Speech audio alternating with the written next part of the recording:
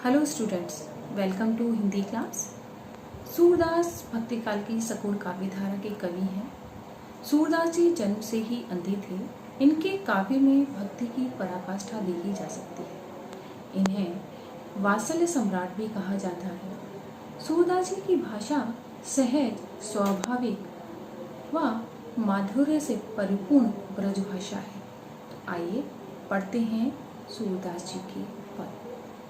भावार्थ से पहले जान लेते हैं कठिन शब्द।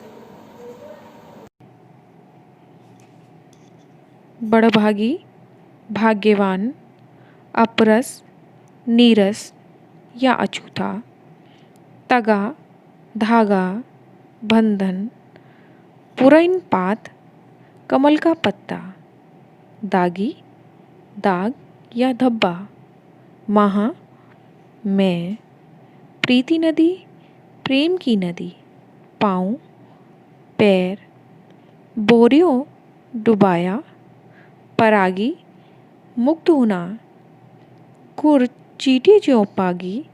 जिस प्रकार चींटी गुड़ में लिपटती है, उसी प्रकार हम भी कृष्ण के प्रेम में अनुरक्त हैं। आधार, आधार, आवन, आगमन, बीथा, व्यथा, विरहिणी, वियोग में जीने वाली, विरह दधि, विरह की आग में जल रही हैं, होती थी, गुहारी, रक्षा के लिए पुकारना, जितहिते, जहाँ से, उत, उधर, धार, योग की प्रबल धारा, मर्यादा, मर्यादा, नालही, नहीं रही। ऊधो तुम हो अति बड़े भागी। गोपियाँ व्यंग करते हुए उद्धव से कहती हैं कि हे उद्धव, तुम बहुत भाग्यवान हो। अपरस रहत स्नेह तगाते, नाहीन मन अनुरागी।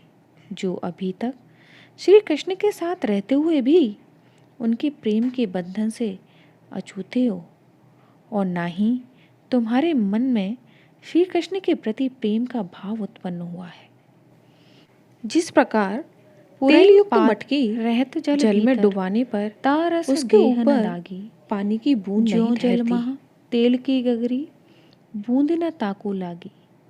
गोपियाँ उद्धव की तुलना कमल के पत्तों व तेल की गागर से करते हुए कहती हैं कि जिस प्रकार कमल के पत्ते हमेशा जल में रहते हैं, लेकिन उनके ऊपर जल का प्रभाव दिखाई नहीं देता, अर्थात वे जल के प्रभाव से निर्लिप्त होते हैं।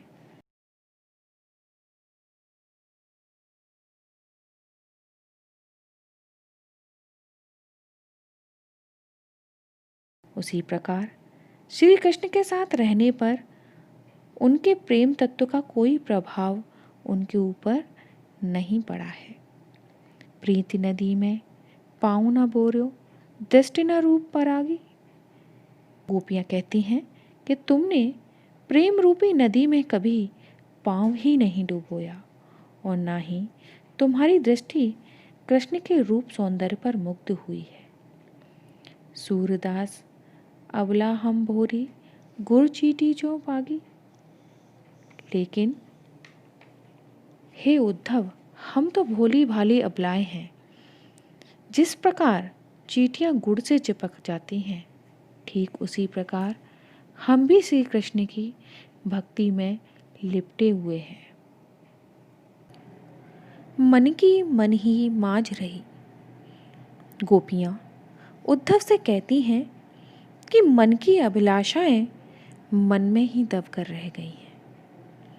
कहिए जाए कौन पे ऊधो, ना ही परत कही। हे उद्धव, अपने मन की व्यथा किससे जाकर कहें, और प्रेम पीड़ा को दूसरों के सामने प्रकट भी तो नहीं कर सकती। अवधि आधार आस आवन की, तन मन व्यथा सही। श्री कृष्ण के लौटने की मन में आशा सजे हुए हैं। उनके आने की अवधि को अपने जीने का आधार बनाकर तन मन की व्यथा को सहन कर रही हैं।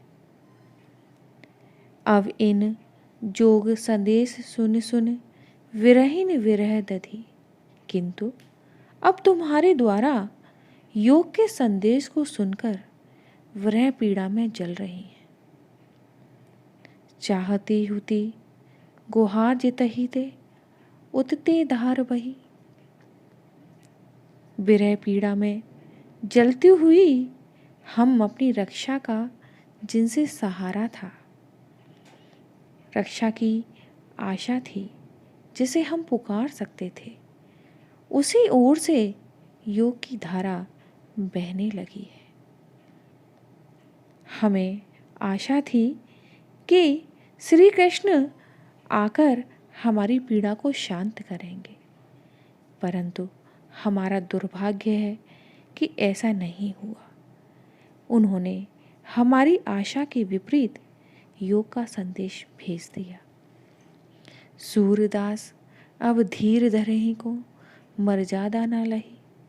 अंत में गोपियाँ व्यथित मन से उद्धव को उलाहना देती हैं कि उनके कारण हमने अपनी मर्यादाओं को छोड़ दिया।